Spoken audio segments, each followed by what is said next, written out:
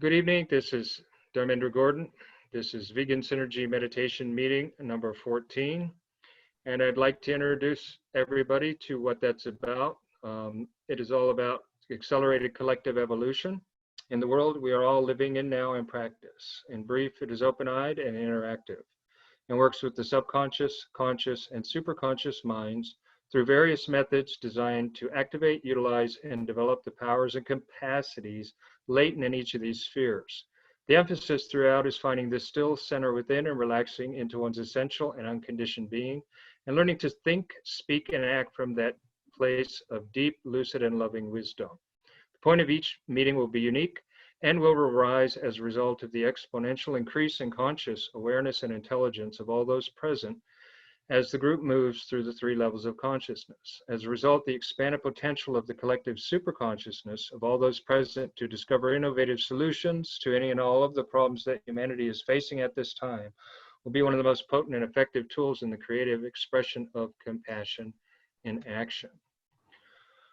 Okay, so if everybody at this point, we're just going to go on a little guided tour here of our inner world.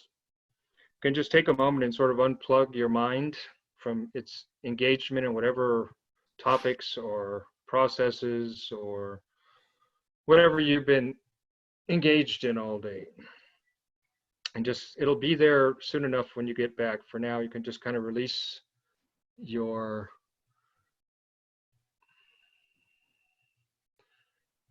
desire to solve problems in that way right now and just let your mind be.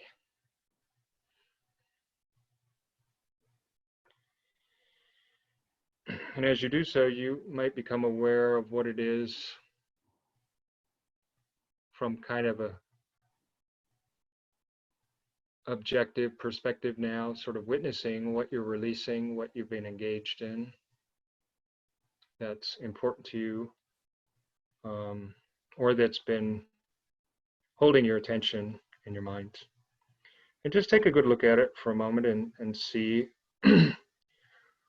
see it as you sort of move more and more away from that place of your mind, whatever it is, whether it's a challenge, or a or some kind of thought process that you've been using, or it could be anything. It could even be shadowy and murky and concerns about things. And just acknowledge it. Just acknowledge that it's there. You don't need to do anything about it. And then I invite you just to tune into your senses now and just hear what's in the space you're in. And if your eyes are closed, just be aware of any kind of visual that you're getting with your eyes closed. And then sensing your body from the tips of your toes to the top of your head, and your hands, and your belly, and your back, and your face, and all the different parts of your body. And then if there's any smells or tastes that you're aware of, just be aware of that. So we kind of shift from the mind into the body. Just be present in your experience right now, in your sensations, what you're sensing right now.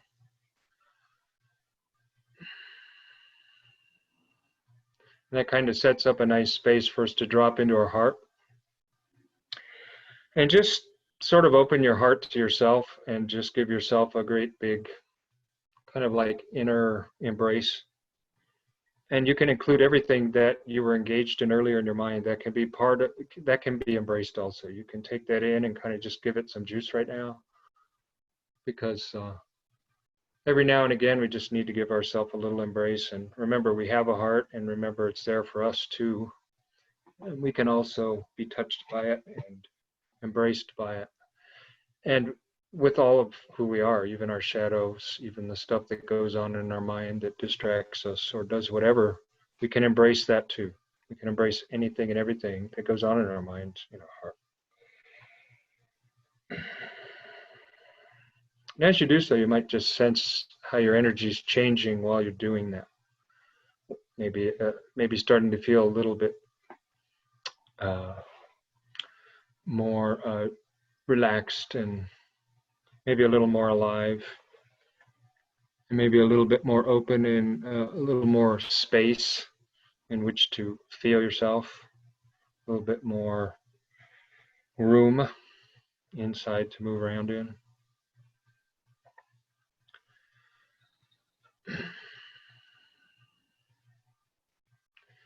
And then just from there, just allow yourself to drop into your belly and sort of be with the intent of being present with the universal life force, the energy that moves and creates life and everything, that moves through everything and creates all the diversity of the forms of life, and even forms of life we may not even be able to normally be conscious of. Universal life force even moves through those kind of intelligences also. And as you do so, can also open to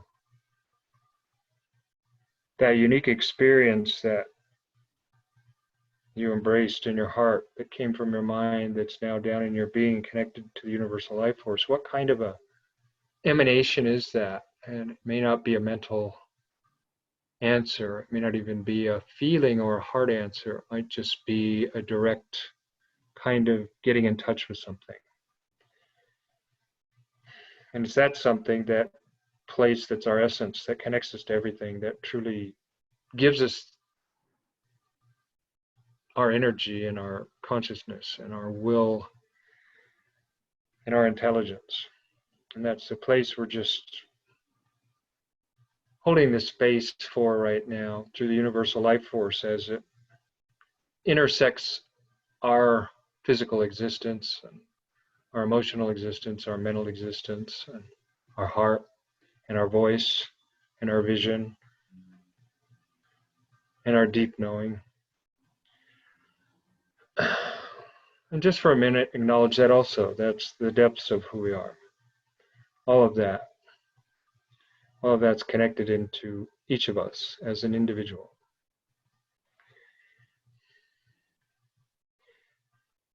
And while we're enjoying that space, I'm just going to share the theme of this week's meeting is the third life code. And it relates to mutation and the ability to upgrade life forms through the process of organizing genetic material into ever more increasing levels of sophistication in terms of the capacity to respond to the signals coming from the environment in an intelligent manner, so that you can survive, and also for the survival of the species. Of course, this process occurs at the cellular level within the individual, but also at all levels of the collective, from the small family up to whole empires and on into organic life as a whole. Ultimately, this life code also has the capacity to be influenced into mutation by higher forms of intelligence beyond the human dimension, as our genes can respond to the intent encoded into very high frequencies of light used in various forms of communication and exchange of energies and substances between beings at a super consciousness level of existence. At the shadow level of operation, there is only the organization of various disparate elements that bear little or no relationship to each other. There may appear to be an organized pattern, but it has very little potential for growth or change in relation to the shifting circumstances it is situated within. The shadow of chaos refers to an agglomeration of random elements subsisting at a very low frequency, almost without any capacity for mutation. As attention is brought to the situation, the energy level begins to increase, and along with that, it begins to take on properties that expand its capacity to self-organize. This also supports an increase in the acceptance of new elements into the situation that make it ever more alive and responsive to the world at large. Embracing this situation wholeheartedly invites in the possibility of innovation through mutually beneficial exchanges of substances with other organizational structures, other life forms, or groups of individuals. Thus begins the possibility of forming relationships between complementary entities in order to produce results for various aims. Thus begins the process of innovation, finding new and unusual combinations of different components that make up a system in order to elicit changes in healthy, positive, and constructive directions. Many times this occurs naturally and spontaneously when new elements from outside are introduced into the system. As the system grows and evolves through incorporating ever more and more of those elements that support the most optimal expansion and diversification of the system, there comes a point where innovation reaches the pinnacle of efficient mutational capacity. When this occurs, the capacity to produce beneficial mutations for all involved becomes second nature. Then the system, entity, individual, group, corporation, family, or whatever, becomes a living expression of the very nature of mutation itself in the form of innocence, the quality of which is the very essence of openness, as change itself is embodied and given form. What an incredible resource it would be if the essence of this life code were integrated into the vegan movement at every level of collective engagement in the here and now. The force of change for the positive would become an unstoppable force that is conscious, intentional, and focused, instead of just a long, slow change occurring across various sectors of society and disparate fields of endeavor.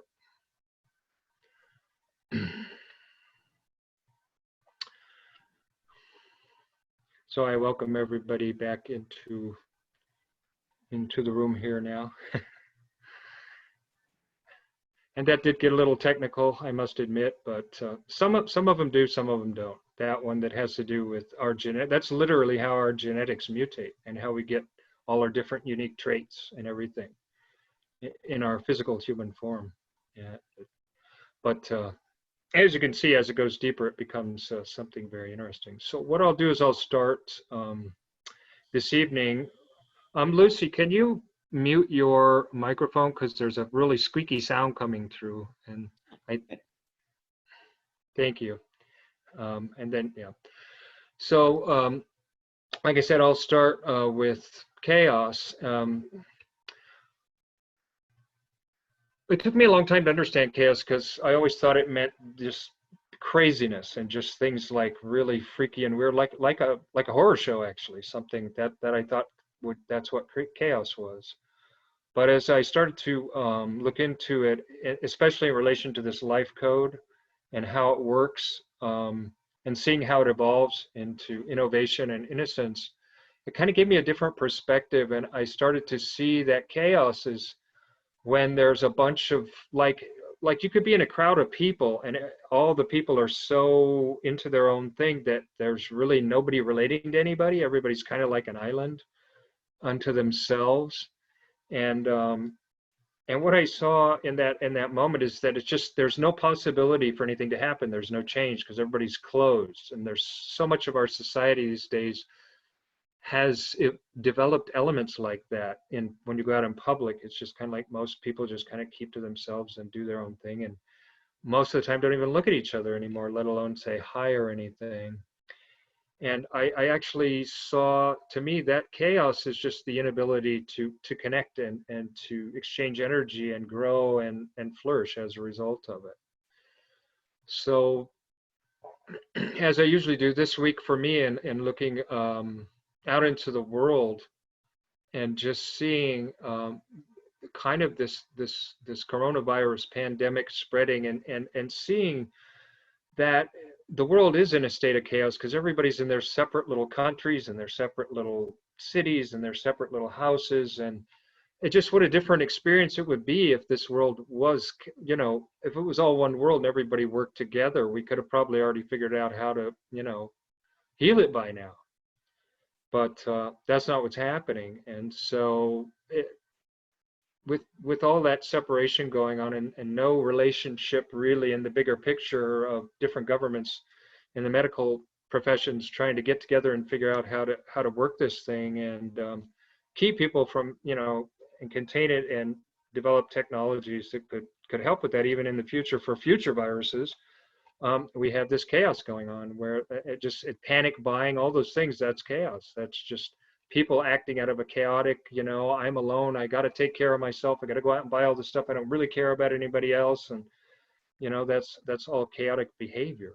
And it's just interesting to watch. process go on, and it's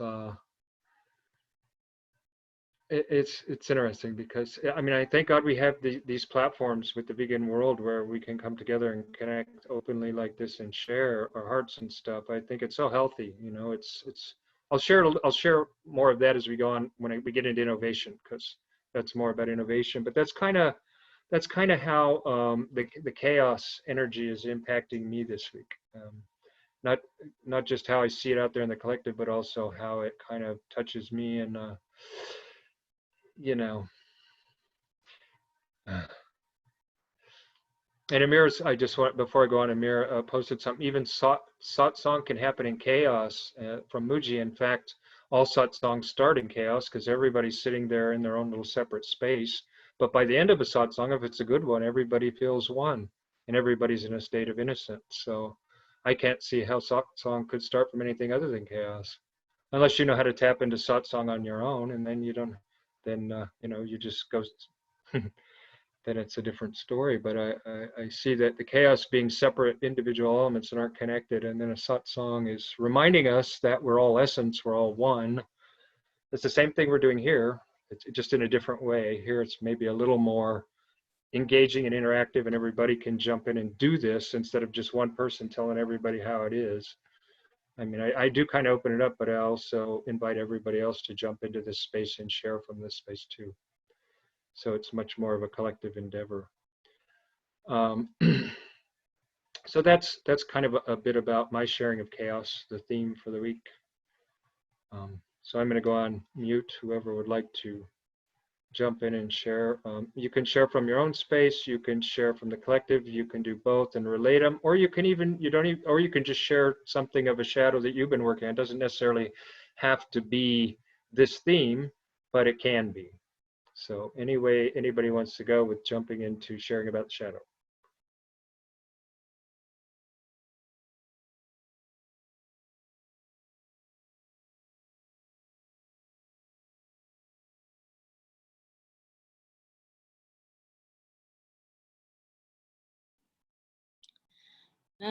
If nobody else wants to go first, I'll say a few things.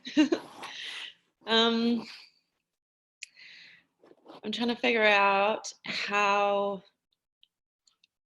I'm kind of working backwards, I guess, from a situation that I've had this week, and now I'm at the point now where I can see how I'm moving out of kind of a chaotic situation, or kind of a chaotic, or there's some order that's coming into my my disparate kind of values, which now I see where they're kind of finding some balance and finding some equilibrium, because I've kind of swung from one side to the other, for, you know, not extreme sides, but some kind of swinging, and now I feel like my pendulum is kind of finding the middle balance at the moment, and it's the order is kind of coming in, and actually that's come from, yeah, that's come a lot from a situation that I've had recently with someone who I had a lot of respect for, and I've now lost that respect, but it's given me a lot of a different perspective, a different sort of way of looking at things, and it's actually been very liberating, kind of letting go of a friendship or a working relationship that was quite toxic. And looking at it now, even though it has been very helpful in many, many ways, it's been really beautiful and amazing. At the same time, there's also been a level of toxicity that I felt, and now I can actually see it objectively. So there was some chaos in that, and it needed to be there. It needed to happen in the whole grand scheme of things. It needed to be there. And I'm still very grateful for it, but I'm also feeling much more centered and objective, and able to observe the different elements of how it's all kind of come about. And it does tie in with the global thing, not specifically coronavirus, but I guess what you were saying as well about the interconnectedness and our connectedness, globalization, and versus isolation. And I do see a lot of this isolation, a call for isolation because of the virus. And I mean, maybe practically that kind of is what has to happen, but at the same time, it just feels it's definitely a phase that maybe we need to go through, but I'm hoping that eventually it will actually lead to more connectedness, which we are lucky to have through the internet. But the idea of isolation, I don't like it personally. And I've lived in places that are very isolated, and I've isolated myself a lot emotionally, mentally, physically, in many ways, a lot of times. But as a whole, it would be nice to see everybody more connected and more communication.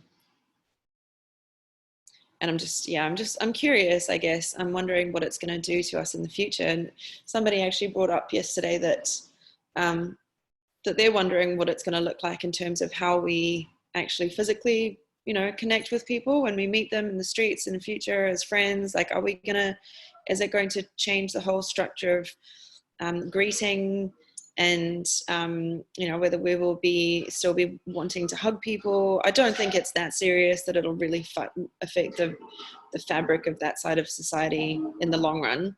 I think we're more resilient than that, and we'll kind of bounce back. But it'll just be really interesting, maybe to see more in the short term how it'll affect how people relate to each other. Being encouraged not to shake hands, hug each other, And I think at the same time, I think it's great that hopefully that will bring in more awareness over consent and like physical boundaries and what people are willing to have within their space. Some people like their bubbles, some people don't want to be touched, some people, maybe it is a germ thing, maybe it's just a personal space thing. And yeah, in terms of like the chaos of what we're all going through globally together, it's just going to be really interesting how we kind of move through that time of chaos, and what that means for us in more of a balanced way. Maybe it's a similar kind of thing that we're kind of swinging, and hopefully we'll get to a point of equilibrium that's just sort of equal. Yeah, those are some thoughts now. Well said. I like the part about the bubble, because that really also that links isolating into chaos. Because if you live in a bubble, chaos comes anytime anybody comes into your bubble. Because why are you, what is that bubble for in the first place? I mean, and that's just what we've all been trained to do, is live in these bubbles. So every time somebody comes in that's not according to the way you want it to be, then you're going to react. You're going to be in a chaotic something, that's just kind of interesting, the bubble. I think and it's not just in individuals, it's in families, it's in neighborhoods, it's in cultures, it's in traditions, it's in ways of, it's in ideologies, it's in all kinds of things, that bubble culture. And then it's so easy for chaos to come into that, because the minute you disturb it, well, that's when it gets disturbed, it's the life force it's innovation trying to come in and blend new things so it can grow and evolve. But we'll get there next. We'll still work on the shadow a little more. If anybody else would like to share, I just wanted to add that little bit, because I thought that was a nice point about the bubble. I will, and I see Sarah has herself. Okay. In terms of the coronavirus, I hadn't thought of it in terms of chaos, but it's been very clear that people think very differently about it, in terms of denial, in terms of blowing it off, in terms of feeling that fear, and the only way they can do it then is to not think about it. And some with the fear will be planning. And so with the different people that I've talked to, some have shared information, and with some people I'm afraid to share information because they're fearful. And so it's been so different to have such a dynamic thing that's going on that affects everybody, and then how to interact with them. I mean, It affects the animal rights groups. It affects my family. So I'm finding which people want to know more and feel comfortable about finding information. My intent is to share more people about how to not have another one by not killing animals. You know, that's the focus that I want to have is, can we get to a point where we see that we're not just fixing this one, we have to make sure that we are safe here and our families are safe, but can we move to the area where we don't have that sort of thing again, you know, that nonviolent living.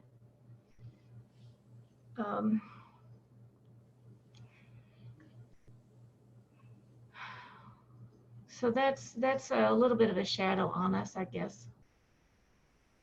Excuse me real quick, Sarah, can you mute yours because it's making a feedback sound until Rebecca's done and then you could, oh, Rebecca, are you done? Oh, okay, never mind, Sarah, go ahead. I mean, I kind of feel the same way as Rebecca. I call her BJ, sorry. I can't help it. I actually live in a bubble. Like, I live in a vegan bubble. Being here in Los Angeles, I actually live in a vegan activist bubble. And I do believe that hinders me a lot, as in communicating with the outside world, because I kind of, at this point, I don't really want friends that are not vegan anymore. I just don't, and I'm okay with that. I do have clients that are not vegan. I have my own pet sitting business. I do have a lot of clients that are vegan, which I like, but I find myself, I personally isolate myself, and I mainly only interact with vegans.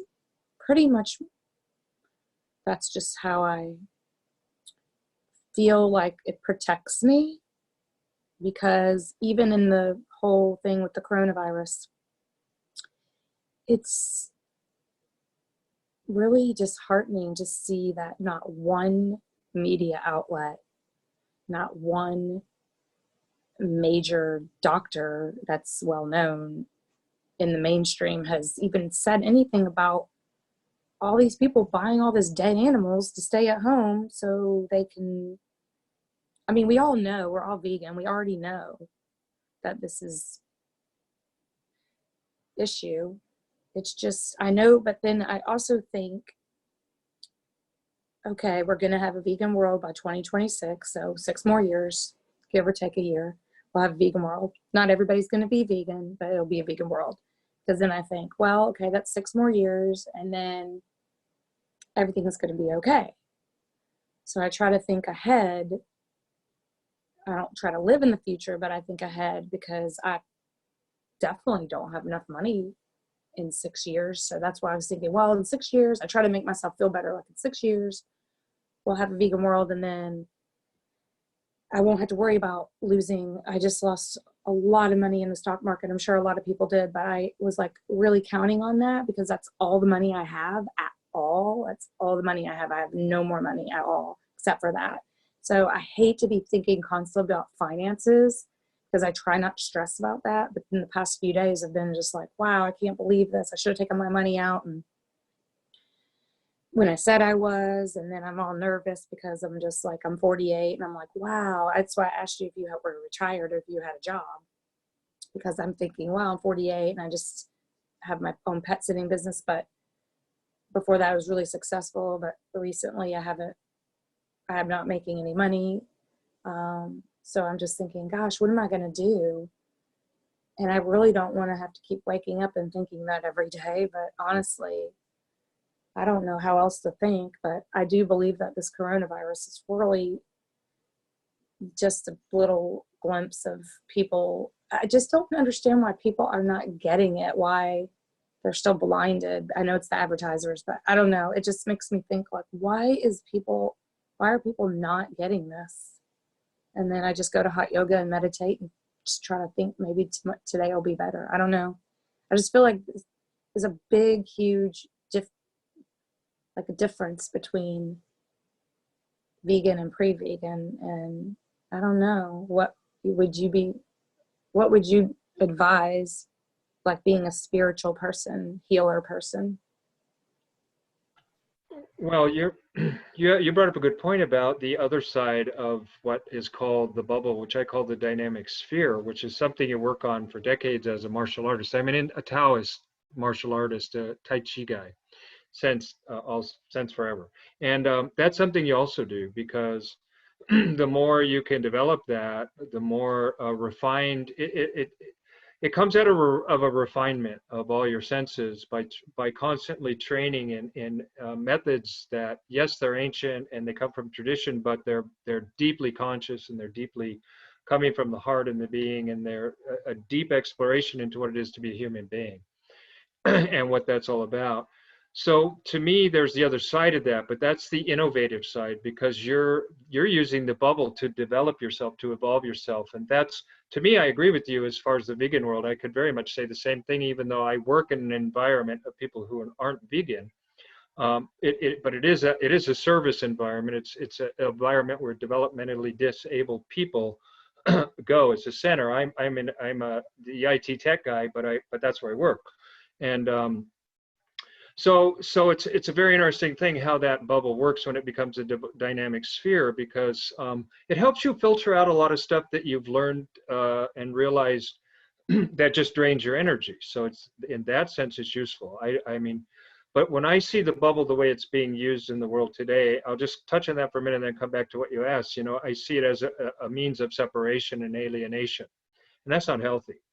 And that's how we're all taught to be. We're all taught to be, don't trust anybody except your family, maybe, and a few close friends. And, you know, if you're really unconscious and asleep, then you trust the media and all that nonsense and the president, whatever. My God, it goes down to the way deep into the shadow. That's deep, deep shadow. And but you know, that's a lot about what can happen in your sphere when you start to innovate. Is you start to discriminate about what comes in, and then you can get very picky about what you want to receive and what you don't, because you're intelligent enough to see what helps you grow and what doesn't. You've been through enough trial and error to know what makes you feel good and what doesn't make you feel good. So I don't see anything. I see that what you're saying there, that's, to me, that's the bridge to the next step we'll go into. We'll open up that a bit more. I hope that started to open it for you a bit and give maybe a different perception. But I really want to open that up when we get to the next stage of innovation with the gift. But I want to invite Amira if she has anything to share at the shadow level. I don't know if she does or not. And just so you know, Amira's my beloved. She's the woman I'm with since, I've known her 47 years. We've been married 20 years, and she's my heart. But in any case, I don't know if sometimes she will. I don't know where she's at. She's, you know, but I'll wait a minute in case she has anything she wants to share about the shadow before we move to the next step and go into the gift. The genius, I should say. I'm trying to change the names to get away from the gene keys. I want to have my own names. Shadow works for everything because it's in all the fields. But instead of saying gift, I'll say genius. And instead of saying siddha, I'll say higher self. Those are the 3 stages we're going to work with tonight with this theme that we've started on. So Amira, if you have anything to say, I'll give you a moment. If not, we'll just go on.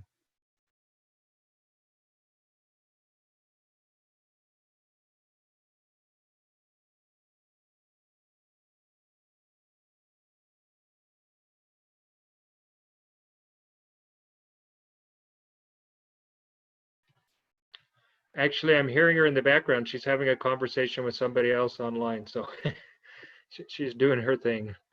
She like you all you beautiful ladies, is also a very active vegan activist and is busy a lot with her thing too. With her all about vegan and whatever. We want to get to more vigils and stuff, but it's hard with our schedules and stuff, and disruptions and whatever. But anyway, so we'll shift now into the next step is innovation out of the chaos. And so we can start right with what you were saying, Sarah, is that it's not like you can ever get rid of your bubble, because it's our aura. It's basically our aura. And I guess the difference between somebody living in chaos and really defended is that the edge of that aura is really, if you could think of it in terms of energy, it's really hard and impenetrable. You can't get through it. It's like the shell of a nut. You can't get through it. and that's pretty much how we've all been trained to be, very closed. And then we get around our family, and then that hardness disappears, and it becomes transparent, and we let energy in and that kind of thing. But as you start to give attention to your barrieredness, your closedness, and your reaction and your chaotic reaction to anytime somebody disturbs your bubble that you've set up for yourself, and not even really realizing with much consciousness that you've been trained to be really hardened and closed down to everything from the outside coming in, and you don't even realize it. So when something comes in and shakes your bubble, because the energy is so intense, even your hardness can't defend against it. So you're impacted by it. And if you're lucky enough and life throws you events that shake you so hard that it kind of bursts your bubble, so to speak, or at least the hardness of it, because you can't lose the bubble, it's your aura. So you're always going to have an energy field around you anyway. But once it becomes like permeable and you start to understand it and be able to work with it and learn how to work with shields too, which is another whole aspect of it that maybe I could get into a little bit. But shields are when certain areas of your aura you isolate and you don't let anything in there, because if you do, it could be harmful. Especially, and maybe if you're so evolved, you don't have to do that anymore. But if you're in a situation where you're relating to other people and that energy comes in, those are the times when you might want to shield something like that, so you can keep the energy going with whoever you're relating with, out of respect for them. Because if you let in a very powerful energy that's not supportive of what you're doing and you're not extremely aware, it could definitely throw you off center and cause maybe a really important communication you're having with somebody to kind of go off kilter. How do you do that? Well, that's hopefully we can open that up when we get to the innocence phase of this. That's the magic of doing this process, because I don't know where it's going to go. I never do, because it's always new every time. Essence, once we get to it, which is the higher self and part of our genius, it just kind of, when we get there, it just kind of opens up. It'll be the collective intelligence of all of us. Something in all of us from our higher self will create something there. That's a beautiful question. So maybe we can steer it that way. But in the beginning, as you start to be, and we'll get there, Sarah, in the beginning, as you start to become aware of that, and you start to become aware of how hardened you are, and maybe through sitting with yourself, or maybe you have some form of prayer, or maybe you just like to run, anything where you're focused and doing something with total attention for a sustained period of time. And it could even be dance. It doesn't matter. Everybody thinks meditation is just sitting silently and trying to be quiet, which nobody can do if they're honest, unless unless you know how to do that. And that takes decades to learn how to do. I did it. I did Vipassana. No, I'm not saying you can't do it. Not everybody, but not everybody can. Yeah, In the okay. beginning, people most of the time have too noisy of minds. I think vegans are already halfway there, and I think a lot of vegans, if they've been vegan for a lot of years, their energy field is so light and so open, and probably why they want to be around so many vegans is because it's so open and they're so, vulnerable to other people, that they can start meditating and being silent like that. But meditation has many different forms. You could do it. You can sing. You can dance. You can jog, you can do sports, as long as as long as you're total in it and you come from your center. So many people have had higher consciousness experiences jogging, or Zen in the art of motorcycle maintenance. I mean, it really just depends on how centered you are and how present you are. So that's very advanced, though, where you're basically meditative in anything you do: eating, cooking, cleaning, doing your job, talking to the neighbor, walking your dog, going to a vegan event, doing a disruption, boom, being at a vigil, whatever, it's like, and then you can starting to bring it in. So in the beginning, yes, Sarah, Vipassana is the best way to start when you're ready for it. And a lot of people need to go through more active forms of meditation, which exist now, which didn't maybe in the past, but they do now, because modern man's a little bit neurotic and needs to engage himself in ways where he can have a focus, but it's active instead of silent. But eventually, when you can be silent and in stillness and non-movement, slowly, that silence, that stillness, you start to carry it with you throughout your day. And it's not something you can force or intend, like an aim you're going to do in the world to get something done at a certain time. It doesn't work that way. You just keep settling into yourself more and more and more and more. and the space keeps opening more and more for you to discover more and more of what you are. And nobody can say what that is, because for each person it's unique. But there is a map, because, you know, many people have been through it, and there are some general features of that map. And it's, as you start to become more still and more silent, and you start to carry that out in the world with you, you also start to see, when you're out there in that silence, you start to see again what you used to be like with that hardened shell. But what happens is you really start to see that, how to harden your shell. And in answer to your question, you start to, when you start to be able to sit for periods of time and start to feel the different aspects of your space around you and what it senses and feels like. And you get used to that more and more and more. Then out in public, you can watch how it can change, how it can harden in places based on things. And all you have to do is be aware of it.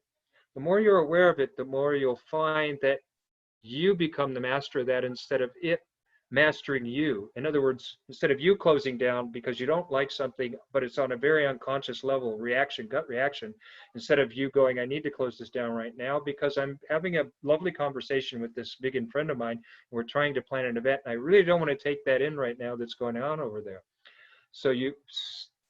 And that does take training, because then you have to learn, like you say, how to harden your aura. But in the beginning, it's just the thought that you have that you can do that. And then eventually you'll figure out how to do that. And like I said, we may get to that later in this, if it feels like a way that we all open up.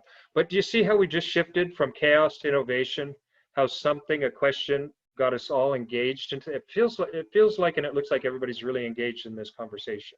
Seems like everybody, I'm getting a sense that everybody's getting some thoughts about it and getting angles on it. So to me, that's innovation, because we're all of a sudden, whatever we're doing, we're all starting to mix with each other. So it's more of a heart space than this mind space where we're all these separate little bubbles. Now we're all these open bubbles of auras of energy that's coming from the heart, and we can all kind of relate to each other and kind of interconnect with each other. And it gets innovative, because instead of defending it and being closed to and not letting something in unless it's chaotic and it bursts your bubble, we're just open. So now the energy can flow. And it's not a chaos anymore, it's a flow. It's a fluid exchange of energies, and we're all partaking of it. And the minute we're in our heart and we're all in that same space, we're literally on the same wavelength. And whatever's being expressed by whoever's expressing it, and we take it in through our heart, then it becomes like our expression too. And it's like, well, how do we relate to that expression? You know, it's kind of like that separateness that the ego creates melts into the heart, and it's like, well, let's just share as friends, each of us, what is our experience of what innovation is. I mean, it's always fun when we do these themes, and we don't have, and I don't have to constantly point it out, it just goes into it, because that felt very innovative to me. For me, it really forced me to jump into an innovation, that question of, well, how do you do that with the shield? How do you make a shield do that? You know? And it takes a lot of training and practice to get really good at doing something like that. I mean, I'm trained in hypnosis and that kind of stuff, and NLP, neuro-linguistic programming. So I actually learned how to do that. You go into deeper parts of your consciousness, and those parts know how to do that. And they've been doing that for a long time. Did you want to speak, Rebecca? I did have something to say, but go ahead. I was just letting you know I'm ready. Well, I usually share until I see somebody wants to talk, and then I let them go. Because like I said, to me, this is all kind of like one flow now. It's not like an ordinary meeting where we're separate speakers and we need to wait our turn. It just kind of flows. Okay. Well, one of the things that happened this week, which is the shadow, is two people that I love very much, that are animal rights activists, disagreed and escalated it. And the innovation, the best that I could do was to listen and then lead them hope to resolve it. But I didn't tell anybody else. I called a hotline. There's an IDA hotline, In Defense of Animals hotline. And I recommended that to them separately. And then I didn't tell them that I had talked to the other. But it's heartbreaking, because they're both so lovely and so wonderful, but they had this conflict. and nobody wants conflict with people you love for anything, and then especially, I think, especially maybe in the vegan world. So that's I don't know what other kinds of things, but I knew not to spread it to anybody else because we don't want anybody having sides. But the pull to that is I want to be empathetic and care, but on one hand, I let the person talk to me a little too much, and where I felt like I probably should have just said, no, you go ahead and resolve it. And on the other side, I said, no, don't tell me, just keep working. It's like, because really I feel like if we're all here together, one is like one hand and one is like the other hand, and we don't want to chop off the other hand. We want to heal, everybody heal. So that's where I'm looking for. I mean, I'm out of that now. Whatever the universe offers them is their stuff. But it breaks my heart that it happens, and I don't know. It's just hard. It's just hard. So anyway, I just thought I'd share that. Well, thanks, Rebecca. It sounds to me like that was a very super challenging situation to try and bring some innovation to. And it sounds like you were being innovative, because innovation implies that disparate elements that are alienated and separate are, through whatever mechanism, are starting to maybe turn around and face each other and at least take a look at the other one. You know what I mean? And say, what's this all about? That's the beginning of innovation and the transcendence of chaos right there. The minute there's a recognition that somebody else exists in the space with me, and I have to acknowledge that. And I mean, and that's all you really can do at that level that you're talking about, where it sounds like it was very conflicted. And the best diplomacy you could do is just given a kind of a platform for an introduction to an interaction, and at that point you have to see if something happens before the next stage of innovation could possibly. Because at the next stage, it's going to have to open up more things for them to be open to, whether it's through each other or through you and some, you know what I mean? So it has to kind of go in stages like that. So I think that was a good example of and a really like cutting edge, right, where it shifts from chaos to innovation, and there's a possibility that it can make that shift and go from conflict through diplomacy into innovation, So yeah, I mean, that's what I see. And Sarah, I had just in case nobody's ready right yet, I had a hit, Sarah, about giving you an example about ways to shield in certain aspects of your aura. I'm sure you must have had situations in your life where you were doing something very focused with somebody that you felt was very important, and there was kind of like distractions going on around you that you consciously became aware of, and somehow, or maybe not even, maybe half consciously, subconsciously, and kind of tune them out. I mean, you've had that kind of an experience. I'm sure you must have, right, Sarah? Where you, I can't see your face, so I don't know if you're shaking your head yes, then there you go, thank you. Yeah, so that right there is an example of taking a certain part of your aura and hardening it. Because everything used in the right way, even your shadow, if you do it in the right way, if you use shadow with shadow, you can use it in a constructive way, in a protective way too. That's useful to supporting your genius. So it's not like anything's bad. It's just that if you're totally in the shadow and have no other resource, then you're screwed. That's shadow world. That's shadow land. Then you're going to get run over by something. Probably most likely your own self, your own mind, and nobody's meaner to ourselves than ourselves, right? But if there's an opening to something else, well, yeah, then something else can happen. So and then there's different elements. So anyway, I just wanted to throw that in because I realized that you probably already do that. I just can't find the example of where that's already. That's really helpful for me as well. Thank you for that last little bit, especially about the hardening your aura by kind of moving away from somebody. So the situation I mentioned earlier, I feel like I'm kind of doing that, and that's really good to know that that's a positive thing, if that's something that is helpful. And if that's what that is, hardening the aura and kind of putting that shield up. I feel like, yeah, I kind of had already, in a sense, already kind of let go. And I'm very good at that now. I feel like I don't attach at all really to anything much anymore at all. And so letting go of relationships are quite easy. If I feel like it's got to a point where it's just really not beneficial for either of us, then I'm okay doing that. And yeah, so it's good to know that that is how we can use that shield and kind of protect ourselves.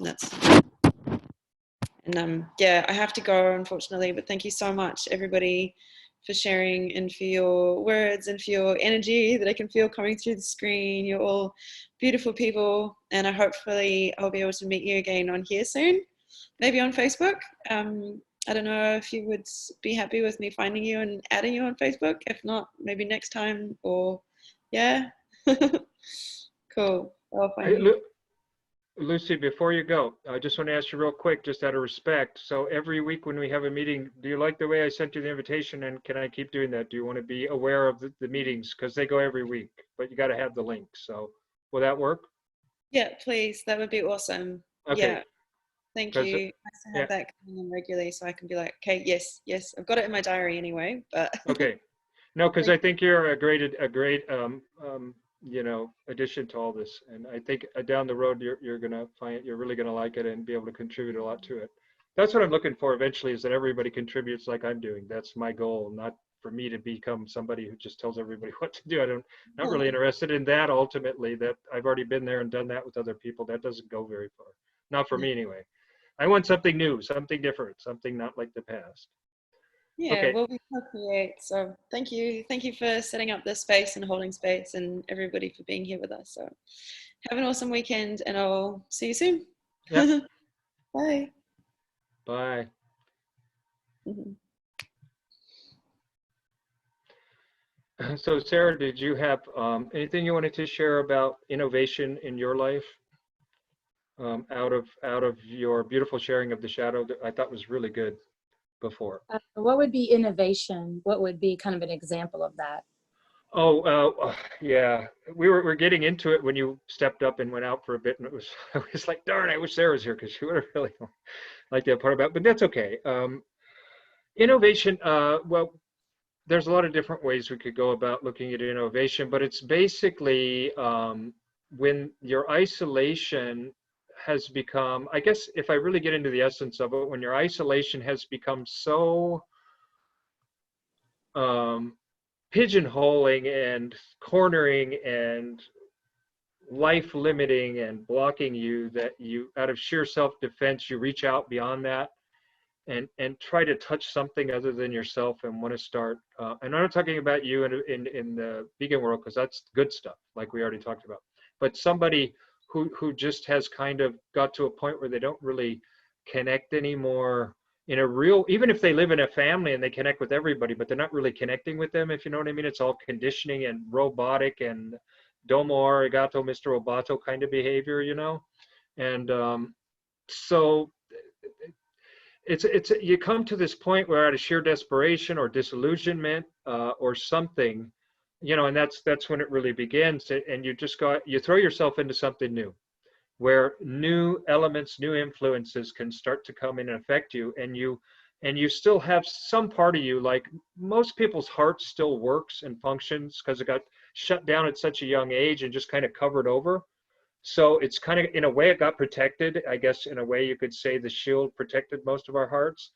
So at some point, through sheer disillusionment or whatever, something cracks through all those layers of defense, and the heart comes out, and it wants to be touched by something. And the heart, because it's higher frequency, there is the capacity always of the heart to break through the mental layerings of defense, because a higher frequency can always break through a lower frequency. It's more powerful.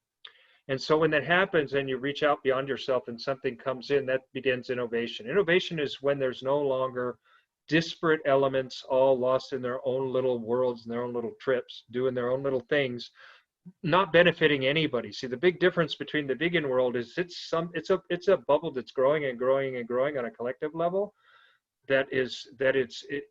that is going to do a lot, that's doing a lot of good. That's like the opposite of, and that's the right use of a bubble in my world. That's how it should be. It should just expand and expand and expand, include and grow, and constantly transcend and bring more people in, and more and more and more and more resources and more intelligence and more everything, so we can get to the world that makes sense, because it doesn't make sense now. Only a vegan world makes sense. The only kind of world that does make sense. This is life, not death. So what is all this death doing here? We'll get to death soon enough, and then we'll deal with that when we get there. Being here is about life, and it's about supporting everybody in life. And all that indirectly is about innovation too. It's about supporting life, not about supporting death. So you have to want to be touched by life again, and not be somebody who's lost in your little death cage. Isolation is about, it's death, it's destruction, it's closing down, it's decay, it's all those things that keep you separate from everything that catalyzes life and makes it grow and makes it want to, become bigger and better. So it's whatever goes in that direction. How do you get out of that? How do you get out of what exactly? I said a lot of things. The isolation part. How do you get out of the isolation part? Well, how bad is it?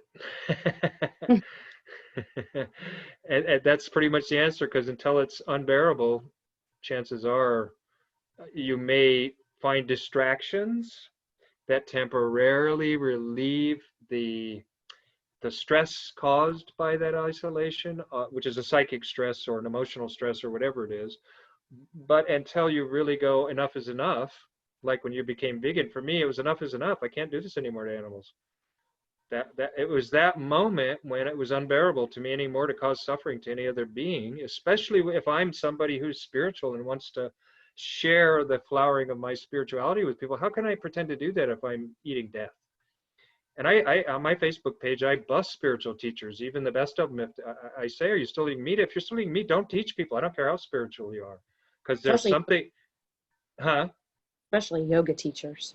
Yeah, I mean, because that's not a cool thing, especially yoga teachers. I agree 100%. I did yoga for many years, and I agree. That's all about purification and purity of your body and your mind and your breathing, and even way deeper levels when you get into samadhi and meditation, concentration and contemplation, all those things. I mean, you can't even pretend to get there if your body and your breathing and the way you treat ahimsa, all the things that your observances and your avoidances. If you don't stop killing and start treating people and life nicely, yeah, totally. But all that, it's like, how do you get out of the isolation? I think my sense is, are you saying, is that question for you, if you don't mind me asking, or is it for somebody else? I mean, just me and other people, yeah, in general, because I think a lot of times, hang on, I have to close my door. Yeah.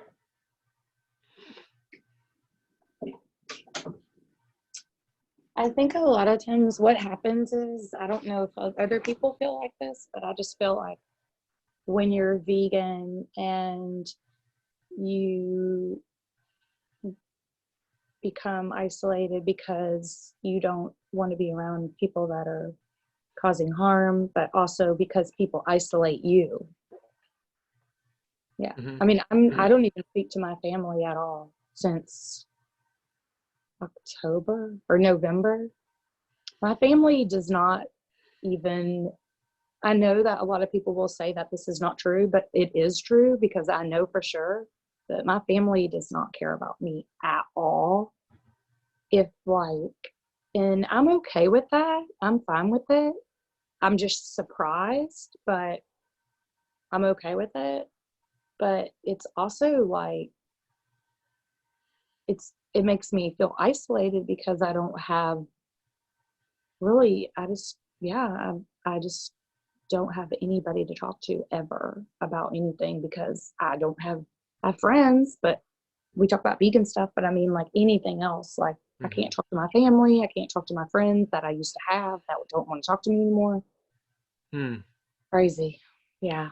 Well, Sarah, I'll just let you know, and I tell this to everybody who comes here, that this is home here. This is a new kind of home, and it's a place. And the home is about essence, not about your genetic inheritance or your genetic lineage. It's about who you are as a being, your essential self. And And it was Suzanne. Suzanne, you know Suzanne, right? Mhm. Yeah, it was her who, when she came to the first several meetings, that said it feels like home.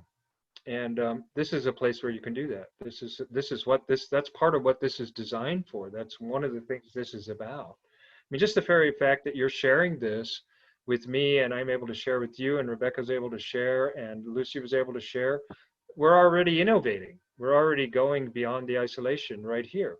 So in a sense, and that's always the funny conundrum about this meeting, because usually whatever we're discussing, we're actually doing it too. We're not just talking about it. And that to me is so important. And I think it's something that trains us too as activists and climate healers to that you learn to do instead of just talk about, because there's a lot of talk out there in different various sectors, even in a lot of the stuff that we're doing on the online stuff. And I understand why, because it's a big project and there's a lot of things that need to be clarified. But I always jump in with the thing about, well, how about we start right now with let's train our consciousnesses so that they can be really super sharpened and really on top of it. Because there's a world out there that pretty soon, as we open more and more, all those barriers from our side have to come down if we're going to be real and present our peacefulness. Otherwise, we're just like the rest of the world. We're saying we're peaceful and this and that, but we're behaving like the rest of the world. We're still isolated. We're still closed. We know better. We're going to tell you, And so you have to watch the subtle movements of the ego there to want to come in and superiorize ourselves, because we are on a higher track, have a higher frequency. And it may be true in one sense, but the minute we put that over the ones that don't, then we become just like them and we don't have it anymore. We lost it again. We're just as isolated as they are. And it's tricky too. I mean, most of my family I don't have any connection with anymore either. That's just the way it goes. But that started a long time ago when I just got into the spiritual path back in my 20s, like 40 years ago, ages ago. But it's evolved and become even stronger now. And half of the spiritual people I don't even connect with anymore. So my new family is the vegan world, and I see it as a beautiful thing, and I guess when I started doing my activism and stuff, this became my activism, doing this, because I feel like this is the other half of what we need. We go out there and do all this hard work, we get exhausted, and we're constantly up against the wall. Even if you're not doing anything and you're just vegan, to live in this world's exhausting. Just to be out there in it, just being vegan, and as everything opens up and wakes up and all your senses become more alive again, and you think clear and you see things and you sense so much more through your heart, and you're just a different kind of human being. I mean, it's almost like you're, for the first time, a human being, I guess you could say, and Homo sapiens, like what Sailesh says, that's starting to own it. What is Homo sapiens? Wisdom. We're sapient creatures. We're finally starting to act like it. And so there's a lot out there that isn't like that, and so that's why I created this space, because I thought, my God, we need to have a place where we can come and just open our hearts and even drop into our beings and just be with the source a little bit too, and also open up and expose our our drama, our trauma, or whatever's going on in our mind that's causing us to freak out a little bit, because it's so challenging doing what we're doing. Did you go to the first Vegan World 2026? I didn't. Okay, I did. Yeah. So Cool. I feel like this has been going on for 2 years now. Mm-hmm. No, because a lot of people now are in the VCI, the Vegan Mm-hmm. Collective Intelligence. Yep. I guess I thought this was another type of a meeting, so I was reluctant to go, but I'm kind of glad I did, because I was like, oh, I just don't know if I have any energy for that. Just like, it's been a really rainy day all day, so it's kind of like one of those dreary rainy days in LA. Yeah, here too. Where do you live? I live in right where the Vegan World 2026 happens. I live this one city over from Sailesh. I live in Mesa. Actually, the city where it did happen. Mesa. Yeah, I like Mesa. That's why I was able to show up for the disruption that night at Golden Nugget, and I met Jamin, and I wanted to meet Jamin that night, but I did one disruption with you and Frankie. You two led it. Yeah. Were you there too, Rebecca? I think you were too. Yeah. So that's where we all met. Yeah. But this is not like those other meetings, and I don't care about sociocracy and all that stuff. This is, if you want to call it anything, it's illuminocracy. Enlighten yourself, illuminate yourself, be your own judge, be your own boss, do whatever you want. So what, okay, I just want to ask you one question, because I feel like you might know, I mean, you might have a bit like a different, I just want to know what your perspective is. Sure. What do you think is going to happen? I know you can't predict the future, but Oh, what uh-huh. do you think is going to happen when we have a vegan world 2026? Because I know that, Dr. Rao always says that we're going to, we're going to be a service, we're going to be serving people, right? Mm-hmm. What we do, we do that now, but it's going to be, serving. It's, we're going to have different monetary system, which I believe 100% that the stock market is happening for a reason. I mean, all of the things that need to make a vegan world 2026, this is happening Mm-hmm. for sure. Right. I believe it 100%. But Yeah. I'm trying to figure out, when we do have that vegan world 2026, what's our place? What do we do? What like, how do we exist in that? Do we worry about money? Do we just hang? I don't know. I think it's just like one of those. Can I paint a picture for you? Yeah. um, of all the vegan stuff you experience now, you like it, right? And okay, imagine this: 6 years down the road, you're doing a lot more of that. It's a lot easier to do. A lot more people are into it, and we're having a lot more fun. Does that sound like a world you want to be a part of? So that's how I tune into it. I can't predict the future, but I know, just based on, I've been a vegan 8 years, I've been an activist 2 years. So from the point I became an activist, from the point I became vegan, my spirituality took a whole nother, went into a whole nother dimension. It was really cool. It's like all this stuff that it's hard to even explain for somebody who's a real meditator, but things opened up in ways that never did, even in all the years I meditated, because I still was, I was a vegetarian. I didn't know better yet.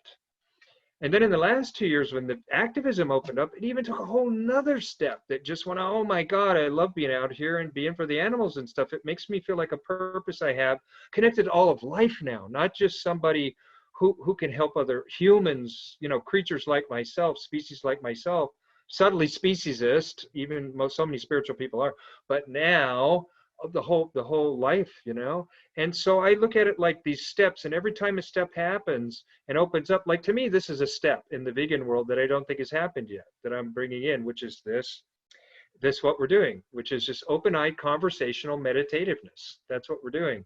And I noticed some people who came into this and left Vegan World 2026 had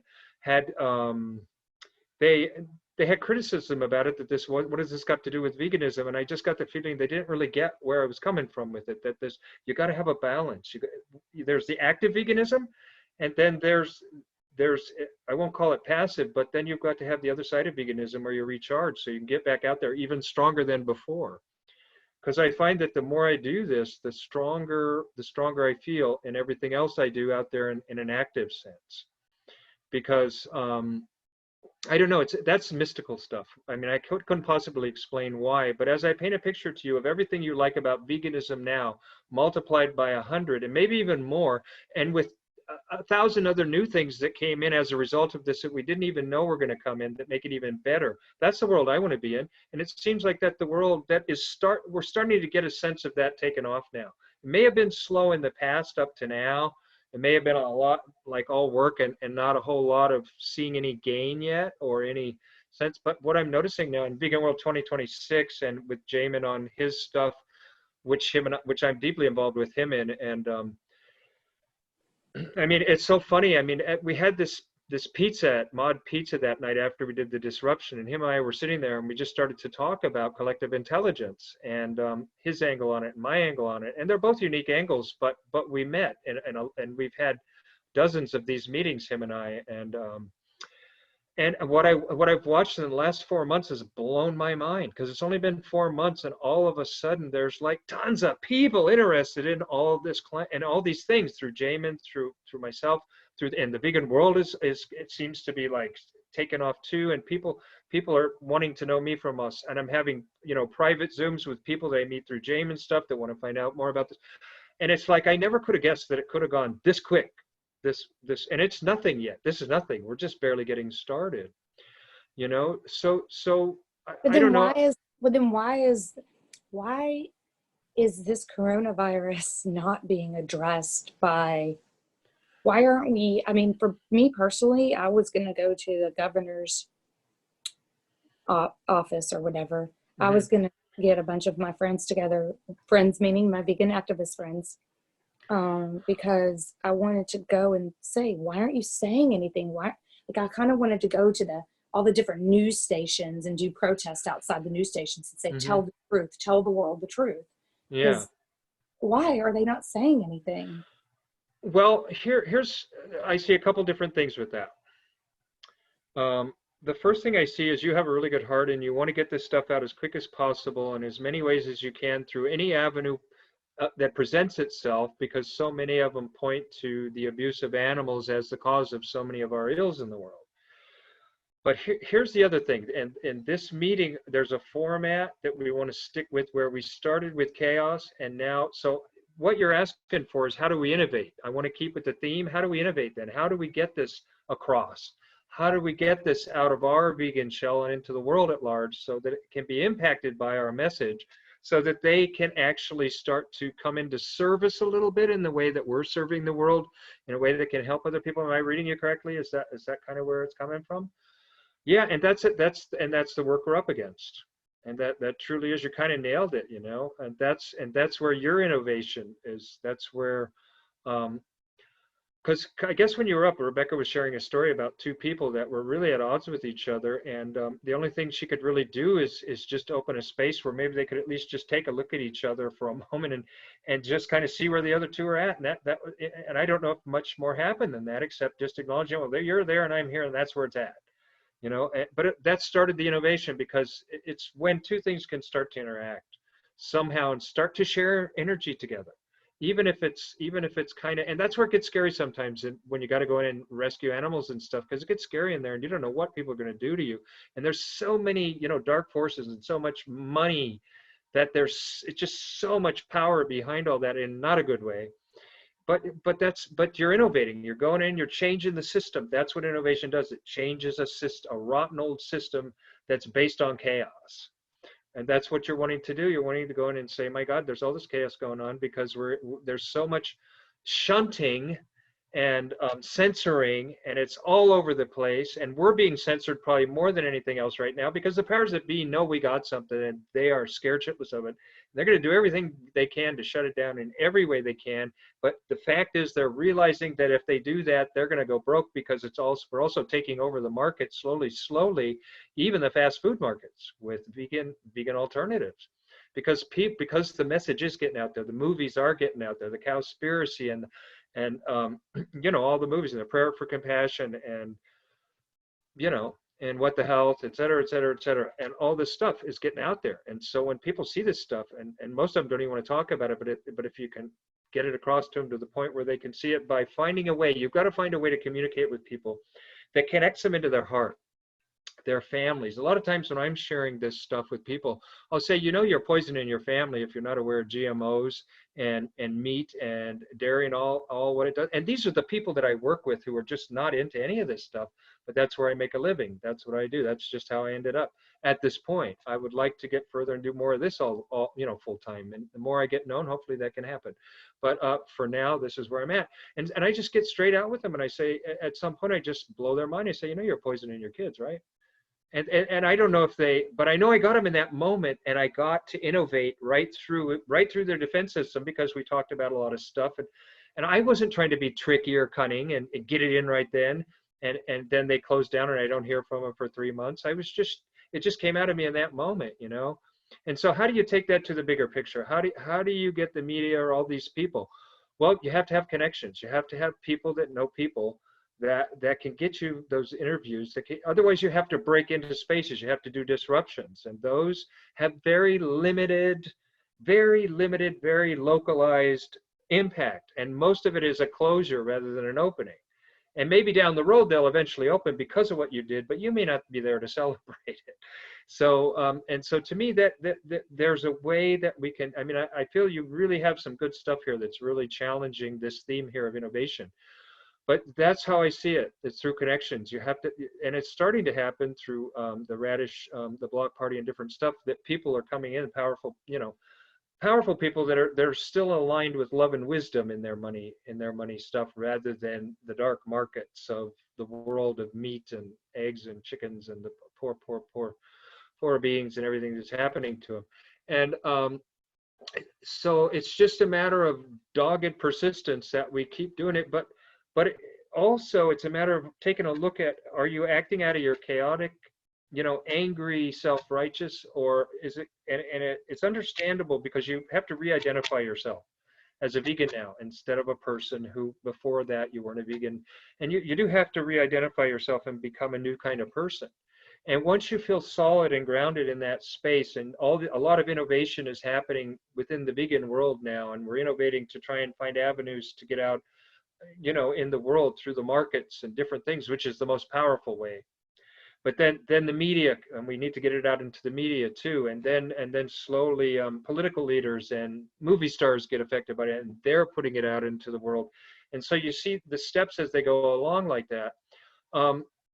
So for me, what I see is that if I focus on this kind of thing, where I stay connected to the central thread, the essence of what it means to be a human being and evolve beautifully, if I can say, in a beautiful way, rather than in a forceful or too yogic or harsh or ascetic way, but in a really open, interactive, kind of juicy, heartfelt way, then what I find is that the more I can come back to this and focus on this, then it seems like the answers just come a lot when I'm out there doing things. And this may sound like a strange answer, but it really is an answer, because this can actually, what we're talking about can actually be your experience. That you can be out there and find an answer for something just because you open to it here in a way that where it wasn't in the environment where you needed that answer right away due to a pressurized situation, but where you could kick back, kind of witness it, and take something in where it could get into your essence. Because once something gets into your essence, it's in there for good. It's not going to go away. Anything you learn in essence is permanent. You don't forget it. And then it'll act. When the opening is there, maybe that's why this works so well, these meetings, because we open our essence like this. We take things in at a very deep level. And because of the life we're living, where so much change is happening so quickly, an event's going to come along real quick where that essence is present and can respond. Because it can only respond where it's been touched, and then it's present.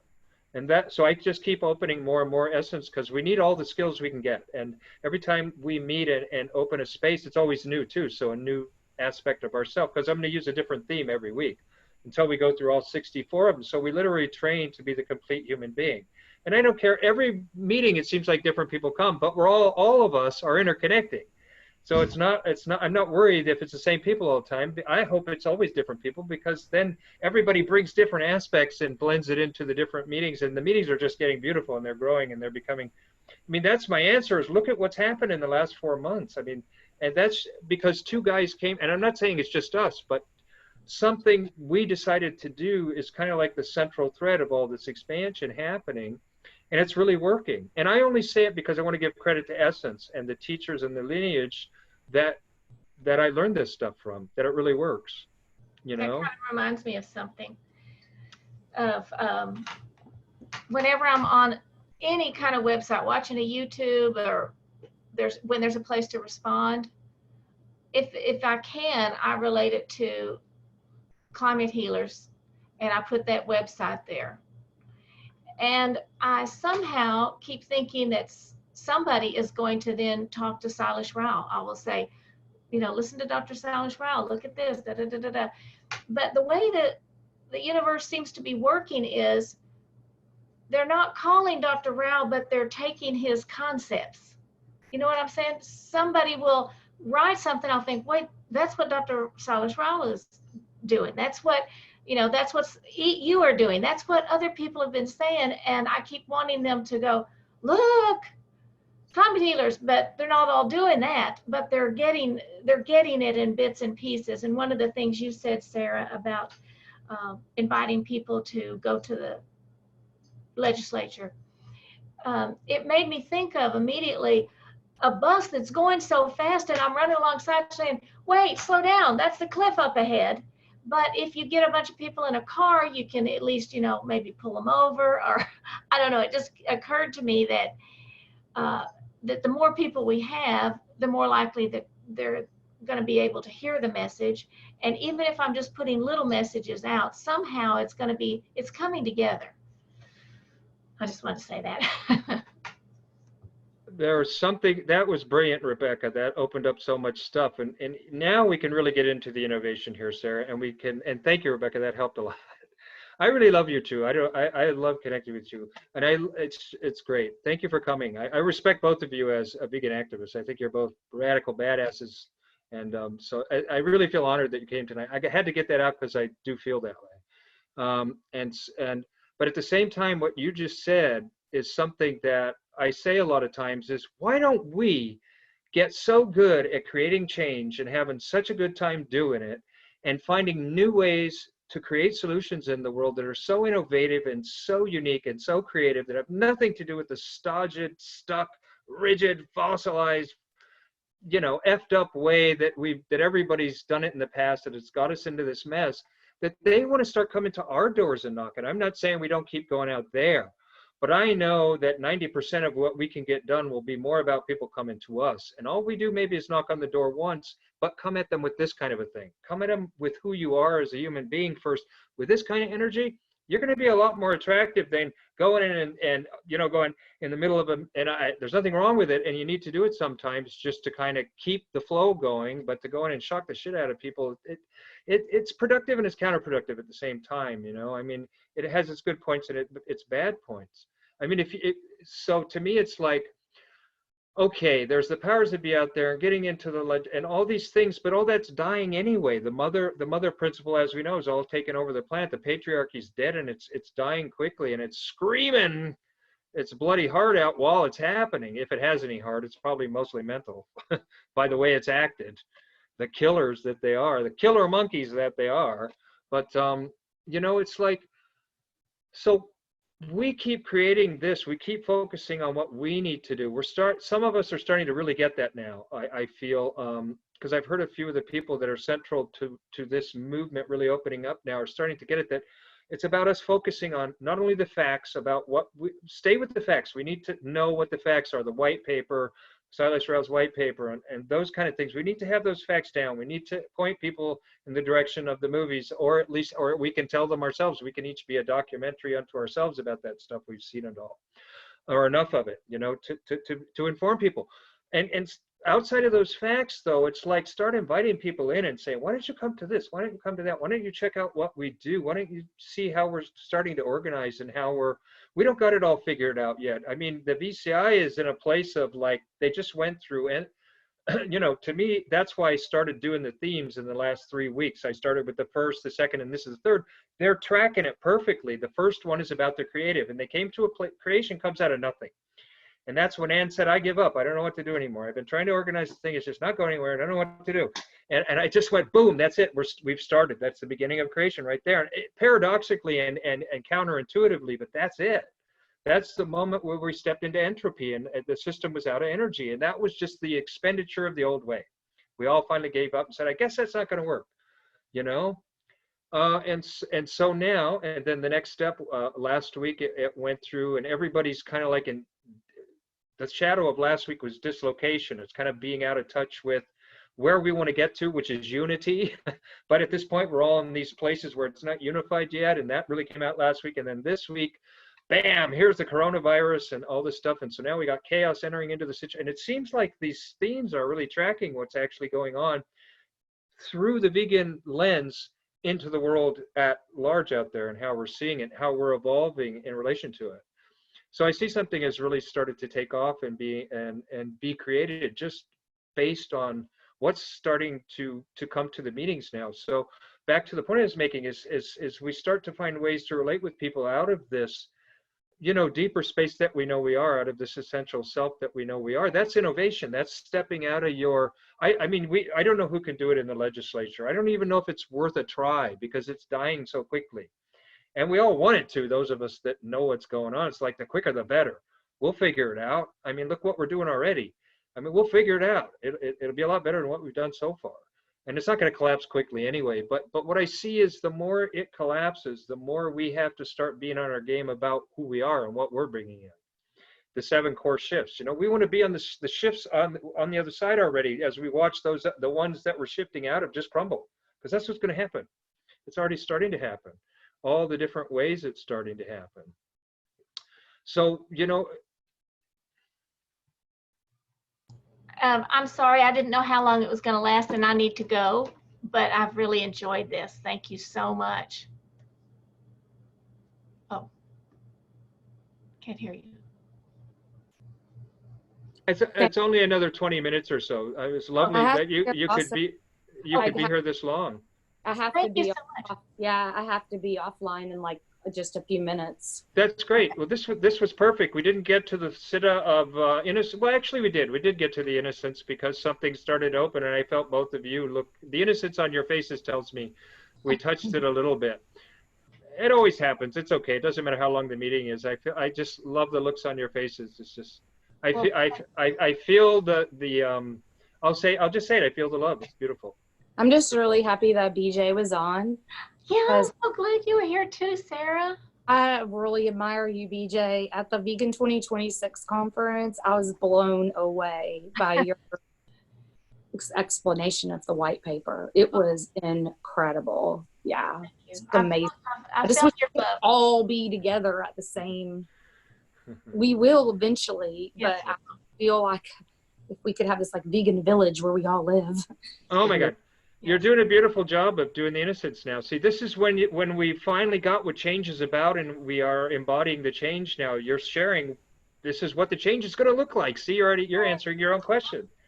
Bingo. That's it. That's part of it right there. And I feel the love too. I feel the love. Thank you, Sarah. Thank you, Sahendra. Dharmendra. Dharmendra. Thank you, Dharmendra. Yeah. I always thought that Dharmendra was a guy this whole time, and I always knew that I just didn't know that I didn't match your face with your name. I knew that Amira had a husband or a partner. Oh. I just didn't match your name with. I don't know why I thought you were somebody different. Your name. Yeah, I kept thinking Dharmendra is a woman this whole time. That's great because of the name ending in A. Maybe I don't know. Yeah. I don't know because I used to be a Hebrew school teacher, so the feminine ending is kamatz hey. That's kamatz is a vowel and hey is a letter. But anyway, so kamatz hey is a feminine ending, and anyway, so that's how I know that from linguistics. Anyway, okay, y'all. Well, that was a good call. Thank you. Thank you. Really Beautiful. enjoyed it, Sarah. Bye, Amira. Bye. Lovely. Thank you for giving me a little bit more. Like, yeah, I just no matter how